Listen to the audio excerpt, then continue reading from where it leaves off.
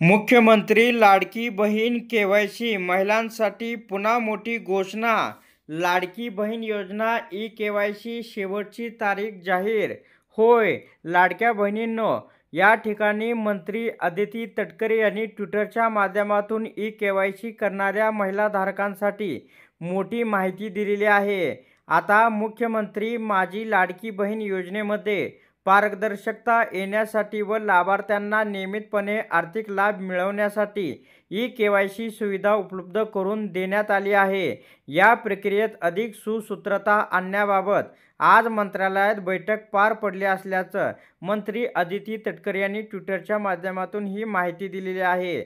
आता महिलांनो, दिनांक 18 सप्टेंबर 2025 पासून लाडकी बहीण .महाराष्ट्र.gov.in या अधिकृत संकेतस्थळावर ई-केवायसी सुविधा उपलब्ध आहे. यासाठी 2 महिन्याचा कालावधी देण्यात आला असून आतापर्यंत बहुतांश लाडक्या बहिणींनी ही प्रक्रिया पूर्ण केली आहे. उर्वरित लाभार्थी भगिनींनीही 18 नोव्हेंबर 2025 पूर्वी ई-केवायसी प्रक्रिया पूर्ण करावी, असे मी सर्वांना आवाहन करते, असे मंत्री अदिती तटकरे यांनी ट्विटरच्या माध्यमातून ही माहिती दिलेली आहे.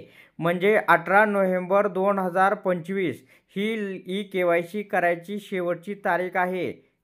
लाडकी बहीण योजनेचा लाभ मिळवण्यासाठी ई-केवायसी प्रक्रिया कशी पूर्ण कराल, सर्व माहिती तुम्हाला या व्हिडिओच्या माध्यमातून पाहायला मिळणार आहे. सर्वप्रथम मुख्यमंत्री माझी लाडकी बहीण योजनेच्या ई-केवायसीसाठी अधिकृत संकेतस्थळाला भेट द्यावा लागणार आहे. मुख्य पृष्ठावर असलेल्या ई-केवायसी बॅनरवर क्लिक केल्यावर ई-केवायसी फॉर्म उघडेल. या फॉर्ममध्ये लाभार्थ्यांना आपला आधार क्रमांक आणि पडताळणी संकेतिक म्हणजे कॅप्चा कोड नमूद करून आधार प्रमाणीकरणासाठी संमती देत सेंड OTP या बटणावर क्लिक करावे.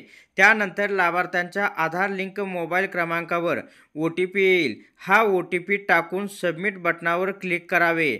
त्याच्यानंतर तुमच्यासमोर एक नवीन पेज उघडेल. यानंतर प्रणाली तपासेल की लाभार्थ्यांची ई-केवायसी आधीच पूर्ण झाली आहे की नाही. जर आधीच पूर्ण झाले असेल तर ई-केवायसी आधीच पूर्ण झाली आहे असा संदेश दिसेल. जर पूर्ण झाली नसेल तर आधार क्रमांक मुख्यमंत्री माझी लाडकी बहीण योजनेच्या पात्र यादीत आहे की नाही हे तपासले जाईल. जर आधार क्रमांक पात्र यादीत असेल तर पुढील टप्प्यात जाता येईल. यानंतर लाभार्थ्यांनी पती किंवा वडिलांचा आधार क्रमांक तसेच पडताळणी कॅप्चा कोड नमूद करावा. संमती दर्शवून सेंड OTPवर क्लिक करावे. OTP संबंधित मोबाईलवर प्राप्त झाल्यावर तो टाकून सबमिट बटणावर क्लिक करावा. त्यानंतर लाभार्थ्याला आपला जात प्रवर्ग निवडावा लागेल आणि खालील बाबीप्रमाणे डिक्लेरेशन कराव्या लागतील.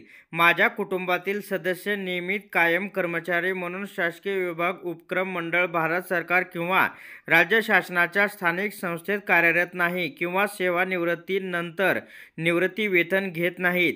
माझ्या कुटुंबातील केवळ एक विवाहित आणि एक अविवाहित महिला या योजनेचा लाभ घेत आहेत. वरील बाबींची नोंद करून चेक बॉक्सवर क्लिक करावे व सबमिट बटणावर दाबावे. याच्यामध्ये होय किंवा नाही हे ऑप्शन येईल. तर तुम्हाला याच्यामध्ये दोन्हीमध्येही होय निवडायचा आहे. त्याच्यानंतर शेवटी सक्सेस, तुमची ई-केवायसी पडताळणी यशस्वीरित्या पूर्ण झाली आहे असा संदेश दिसेल. यामुळे तुमचा जो पुढचा येणारा हप्ता आहे तो नक्कीच तुमच्या खात्यावरती वर्ग होणार आहे. म्हणजे तुम्हाला इथून पुढे कुठलीही अडचण येणार नाही. थेट तुमच्या बँक खात्यावरती प्रत्येक हप्ते हे जमा होणार आहेत. तर अशा प्रकारे लाडक्या बहिणींसाठी ही अत्यंत महत्त्वाची अपडेट होती. अशा प्रकारच्या अपडेट मिळवण्यासाठी चॅनलला जास्तीत शेअर व सबस्क्राईब करा.